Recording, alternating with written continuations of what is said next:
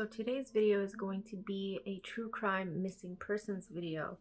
And a little background on how I came across the story was actually when I was at an airport. I was flying home from work and I remember seeing a flyer on one of the bulletin boards. There were a few different announcements, but this one missing persons flyer really stood out to me. And so I started Googling a little bit more about the case while I was waiting for my flight. I did some research on it when I got home, but the more I read about it and the more I investigated into it, the less sense it made, the more, I don't know, the more mysterious it became to me. It just, something wasn't making sense. I couldn't understand how someone could just vanish like that. So I thought about it for the past year, and now that I'm doing these videos, I thought it would be a good idea to bring some light to this story, to give it some attention, and hopefully we can use that to create a positive outcome for this guy's family. Now, during the past year, like I said, I had been thinking about this case quite a bit, and it wasn't until maybe a month or so ago that I kind of made this connection. I don't know if a lot of you have heard about this strange phenomenon going on called Missing 411. It's about a former police officer, I believe, called David Paulides, and he's actually been investigating this weird phenomenon where people go missing, and for the most part they usually go missing in national forests and big parks, and the strange thing about these phenomenons is that people will either completely go missing and they'll never be found, or if they are found, they're usually found an extremely far distance from where they first disappeared. And by far, I mean impossibly far. Like, we're talking a 2-year-old walking 5 miles up a dense forest, something that just completely doesn't make sense. So as I get into this story, you'll start to see a little bit more of the connection as to why I think it might be a missing 411 type of case. I would be super interested to know if you guys think that this could be a missing 411 case, or if this is simply a true crime type of mystery that needs to be solved with policing and more investigative work. So don't forget to leave your thoughts in the comments below. Alright, so let's get into the video.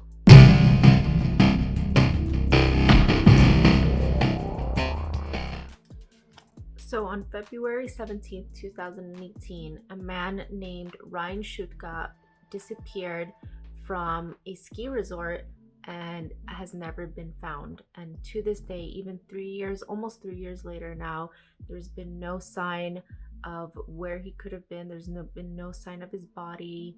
The clues have gone dry, and absolutely no one knows what happened to Ryan. So on December 1st, 2017, Ryan arrived to Sun Peaks Resort in BC from Alberta for the winter season. And this was a destination where he was planning on working as a ski lift operator and also taking advantage and snowboarding or skiing for the entire season as well.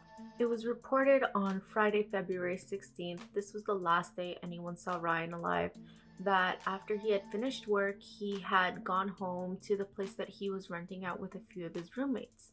So after a long day of work, they all decided they wanted to go out, have some fun. They were going to go to a local bar. So they went, they were having a good time, having a few drinks, and from there they decided to go to a house party that was actually not too far away from the pub and not too far away from where they were actually living. So as the night went on, it was getting quite late, and one of the 3 friends decided that he wanted to go home. This was one of his roommates / friend, and he decided that he was ready to go home, so he decided to leave the party on his own. Since it was not too much of a walk from where they were currently at, he decided to leave and got home safely. Second friend decides he wants to go home too, and this was around 2 o'clock in the morning.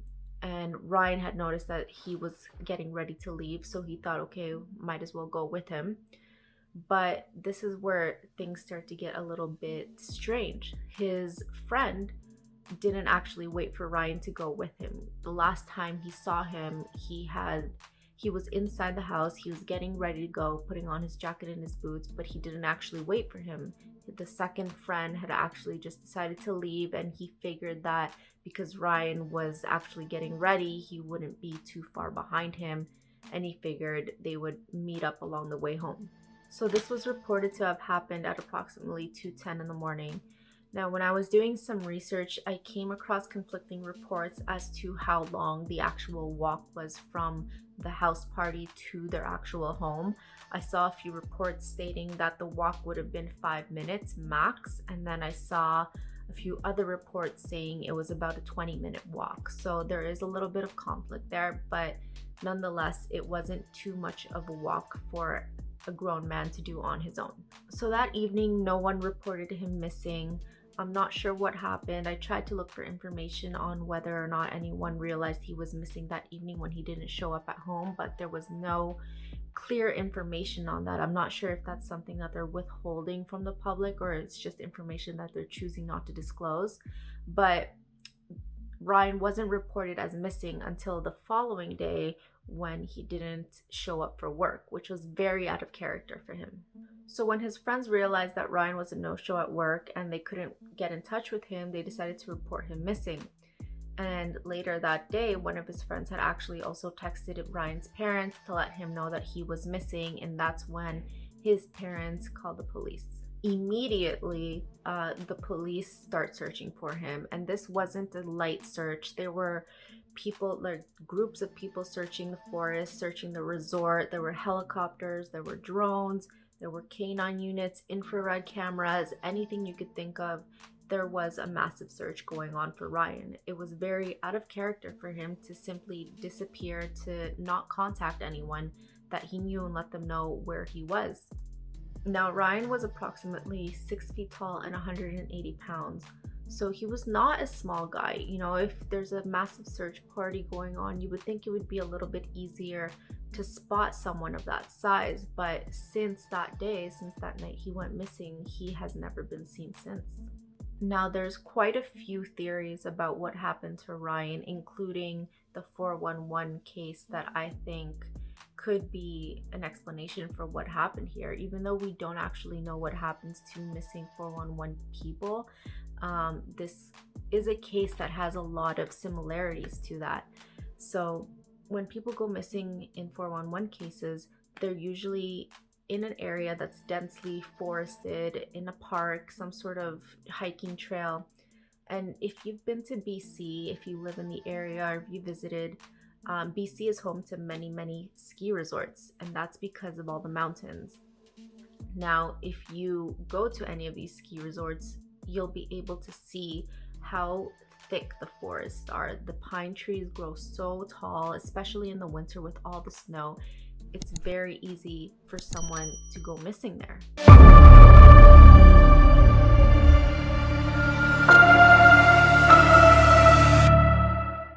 Now, in missing 411 cases, sometimes there are cases where people are found alive, and their stories all are very strange. That's the one thing they have in common, is that the stories are very strange, and they usually report circumstances that seem otherworldly, that seem like they had stepped into a different dimension. There's this one story of a little girl that said there were a whole bunch of little dark creatures staring at her, but that they didn't attack her because she was walking with the giant. Or there was another story of a small child that also went vanished and then later resurfaced completely fine. Maybe she was a little bit dehydrated, a little bit hungry, but other than that, she was totally fine. And she actually didn't remember what happened. All she said that she remembered was that one moment she was playing in the park, in the river, and then the next she was sleeping and she woke up and she was inside of a cave, and that's where she ended up actually coming outside and stumbling upon the people that were looking for her.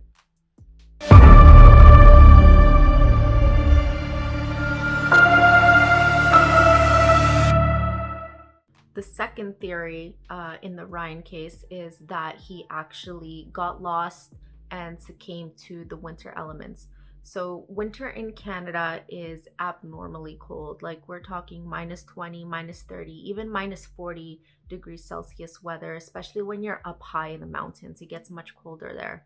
So it's not out of this world. It's not outrageous to think that Ryan, it's not crazy to think that after a night of partying and drinking that a little bit of intoxication could have led him to make the wrong decisions and walking in the wrong direction and then eventually getting lost in the dense forests of BC. However, this theory seems to be, I wouldn't say debunked, but people have been questioning this theory because the search did continue for quite a bit. It even continued into the spring after the snow had melted. So if he had gotten lost in the forest, a lot of the investigators thought that they would have at least been able to discover his body, or at least parts of his body. But even with all the snow melted, there still hasn't been any sign of Ryan.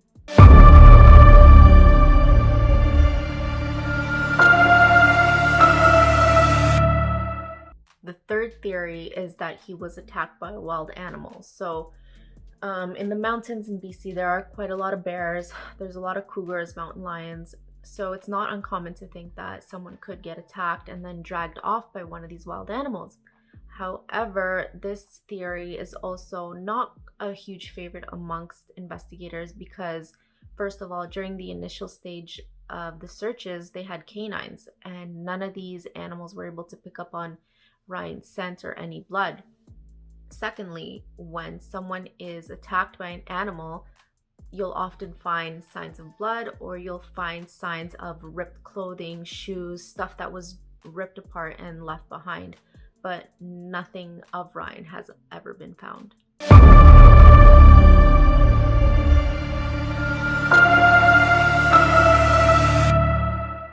So theory number 4 is a little bit more gruesome, and it's not crazy to believe that someone that's been partying, who is a little bit intoxicated, would be unaware of their surroundings, their immediate surroundings, on their way home in the middle of the night.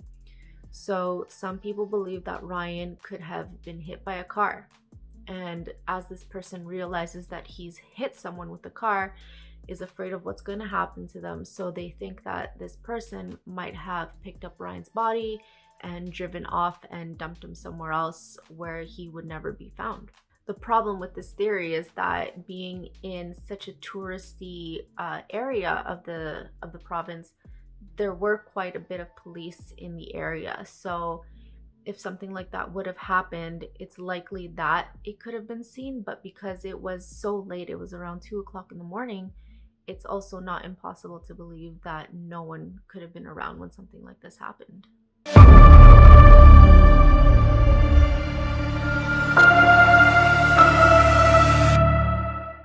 So the final theory that I came across is that Ryan was actually abducted after he tried to hitchhike home. So there were reports of someone hearing a man yelling from his car, quote, "Get in the effing car," after slamming the door and eventually driving off. But police tried looking into these reports, but nothing ever came from them. So this theory wasn't really investigated as much as the other ones.